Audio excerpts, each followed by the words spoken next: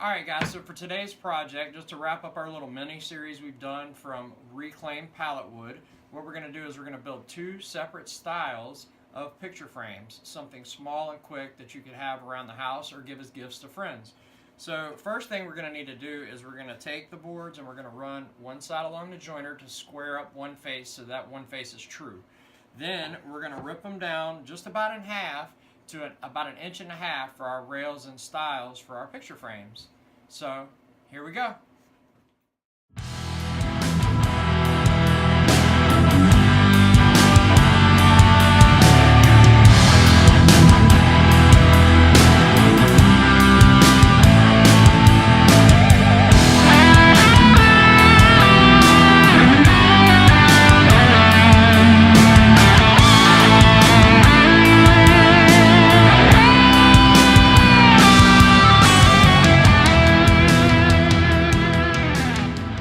So basically we're going to do two different styles of frames with the same pallet wood.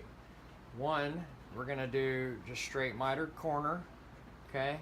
And then we're going to spline the miters in the corner with our spline jig. Then we're going to do one which is more like a rail and style, which if this wood was a little thicker I would probably use that rail and style bit set and make it that way, but since this obviously is quite a bit thinner than this stock, which is 3/4 inch stock, we're going to use mortise and tenon joinery to get the same look. Alright, so now we've got our mortise and tenons marked from the end and to the shoulder of the tenon. So now we'll go ahead and proceed to run those on the table saw. So theoretically what you should be left with is just a space right here in the middle as your tenon.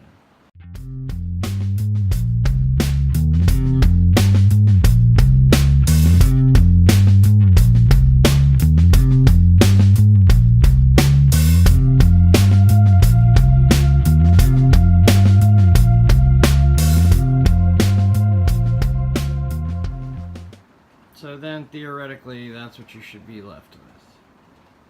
You can see the pencil mark just barely on the edge of the tenon, and then we'll have to go back obviously and clean that up a little bit with a chisel, but that's what we're going for. Now we want to go over the process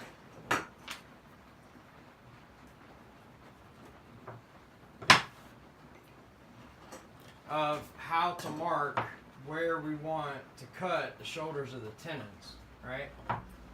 So because this tenon is such a thin piece of wood, I've opted to go with the drill press. I think that's going to be the easiest way to cut these mortises for these tenons. I think the router and using a plunge router is going to be too violent for this small of a piece of wood, and I think it's going to lead to a lot of chip out and adversely messing the cut up. So I want to be able to line this up. So what I've done is just taken a square. Now I already have my combination square set to the depth of cut for the tenon itself, so then I can just cross-reference that to the mortise. Now I've got these two pieces squared up. I can just make a reference line there and there where the shoulders of my tenon are located,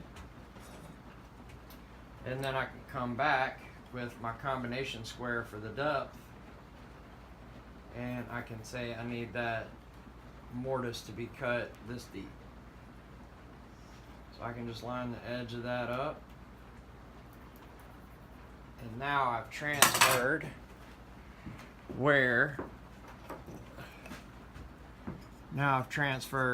exactly that's going to be located in relation to the tenon. Okay, so you can see that edge is squared up. When I remove that, you can see it fits perfectly in that space. Alright, so I've kind of made a makeshift fence here on the drill press and marked out each of the mortises in the space where they need to be. So we'll just use the drill press to start those up.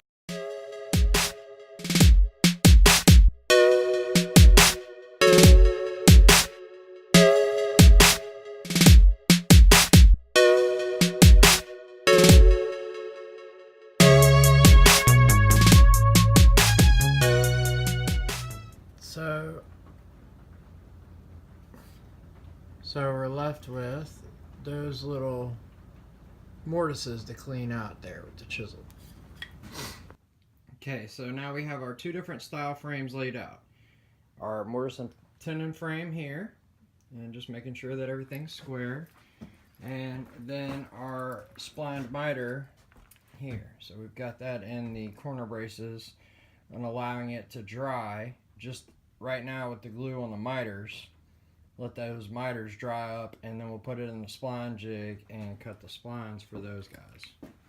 So now we're going to go ahead and get the glue up done on this so that the glue can set. Okay, so now we're going to go ahead and set this in the spline jig and cut the spacer for the splines. So I have my square inside of my jig. Then I'm going to line the center of the frame up with the kerf. Clamp it down.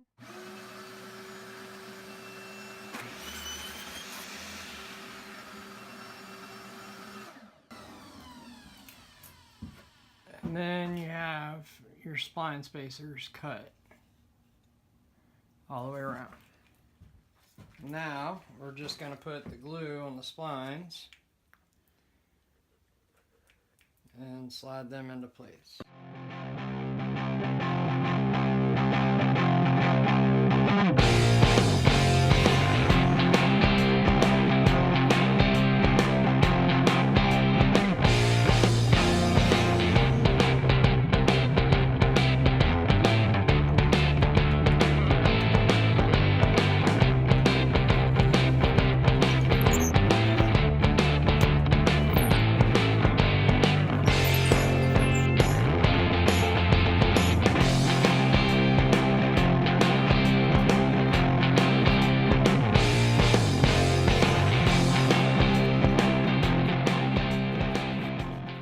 So there we are with an 80 grit sand to it.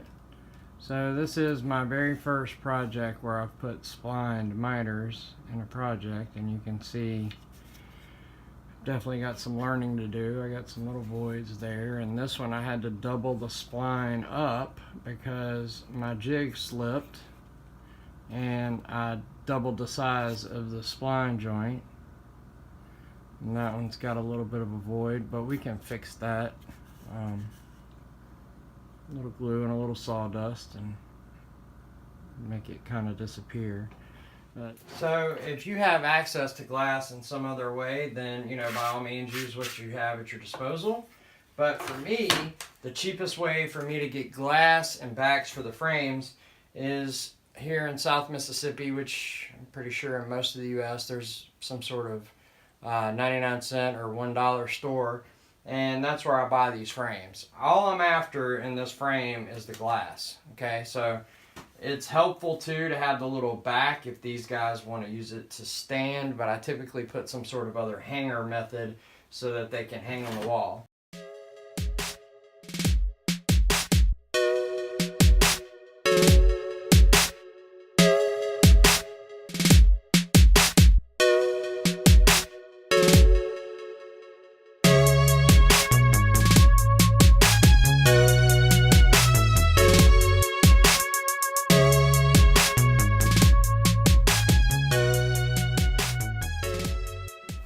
Now we've established that line, we can take our router and cut a recess in the back of the frame so that the glass can inset.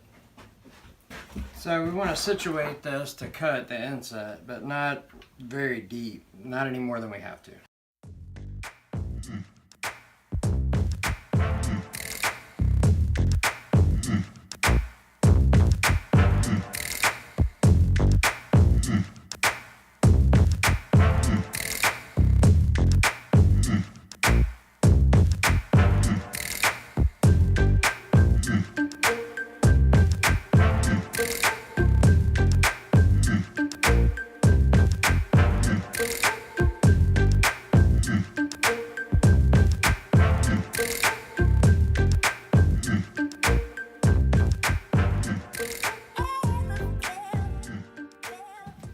So after we've gotten the edge routed, where we want it. We just want to try to take the chisel and pare right down to our cut line.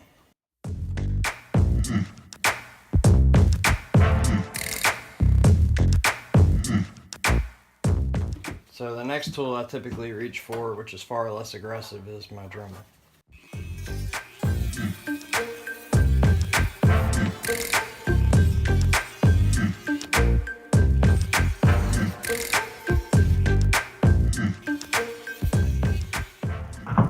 One thing you want to be mindful of when you're buying your frames. So this is for a 5x7 photo.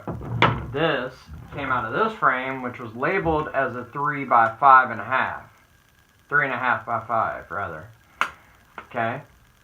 So this actually covers the base of this 5x7 photo pretty well, but it's oversized for the 3.5 by 5.5. So I'm still using the 3.5 by 5.5 glass for the frames that I bought for the 3.5 by 5.5 double frame, but the 5x7 glass is too large for the 5x7 photo because it's going to have me notching the back of the frame out too close to the edge. So the glass I'm actually going to use is from a 4x6 frame. So then don't forget, you got your Dremel. You can hit that little edge with the Dremel, but it also helps to have one of these triangular tip sanders so that you can flat sand on this surface.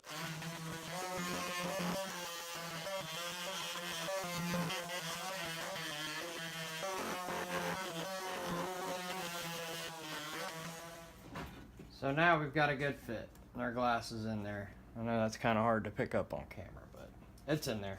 See? All right, good. So now,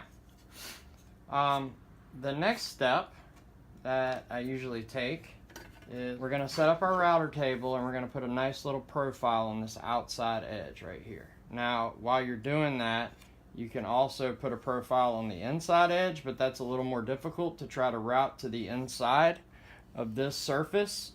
Not to say that it can't be done, but if you wanted to do that, you should probably do that part before you assemble all of your corners, so that when your edge guide of your router bit hits this corner, it doesn't try to act funny on you. So I'm just going to set up for the router table to make the cut.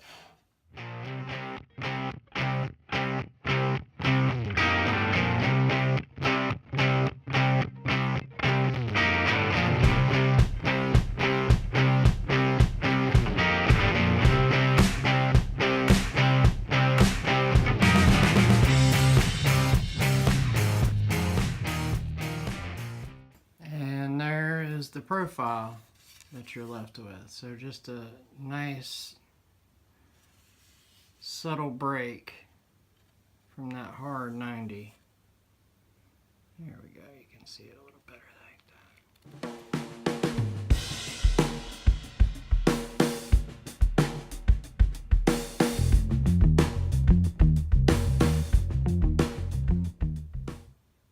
There's the little profile we've ended up with on this one.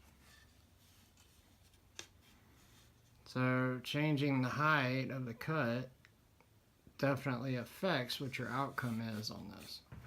So for the 5x7 frame, the single frame, we want to go for a little more natural wood look, so we're just going to use tung oil for the finish on this one.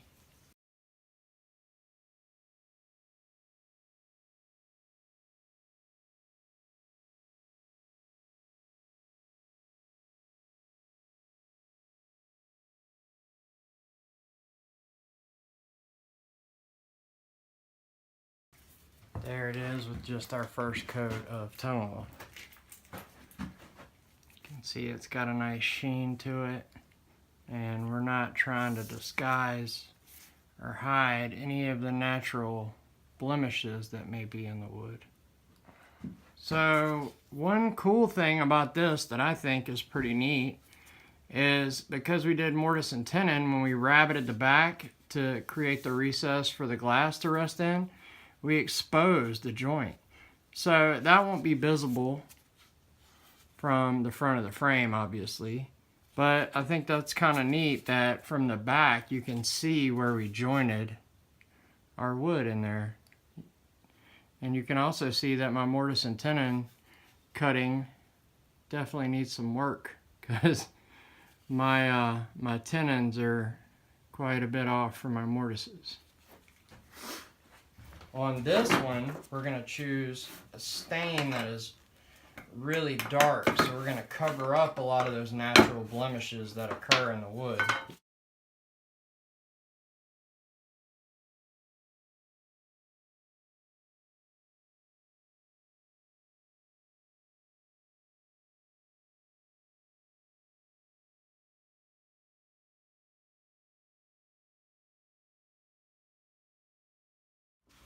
So there's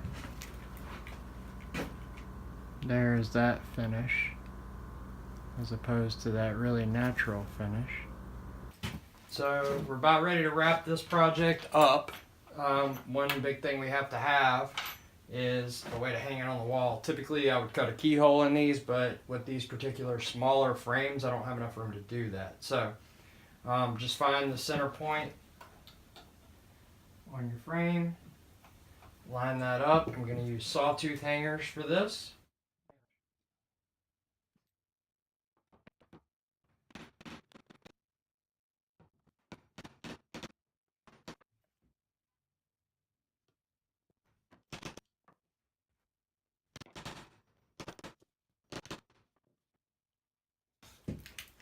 Little sawtooth on the back.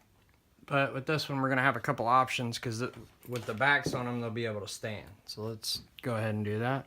So now, pretty much the final step, you want to get the orientation of the photo correct in the front of the frame.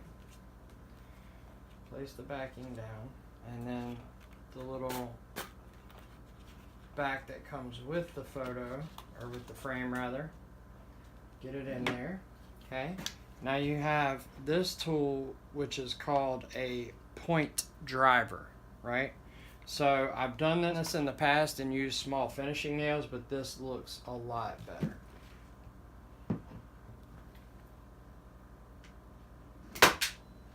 And it shoots the little points. So this tool basically shoots those little tabs that you see on the back of picture frames to fold down and hold the paper in place.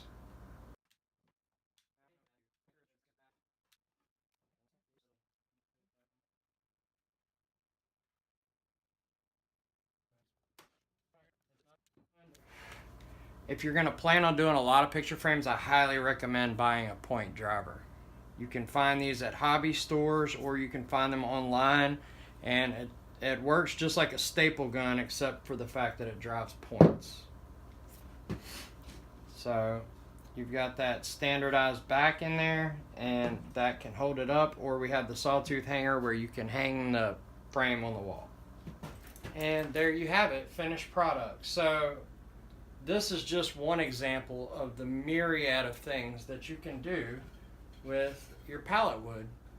The previous two videos that I've uploaded have been about pallets, and I just wanted to do something related to those videos in this small series, just to show you some of the possibilities for things that can be built out of pallet wood. So these picture frames started out as boards just like this out of a pallet, and now we have something that does not resemble the pallet whatsoever, like, you know, your little cut coffee cup hangers or your flag projects out of the pallets, which I inspire and encourage anyone who's going to get out and actually make something with their own two hands.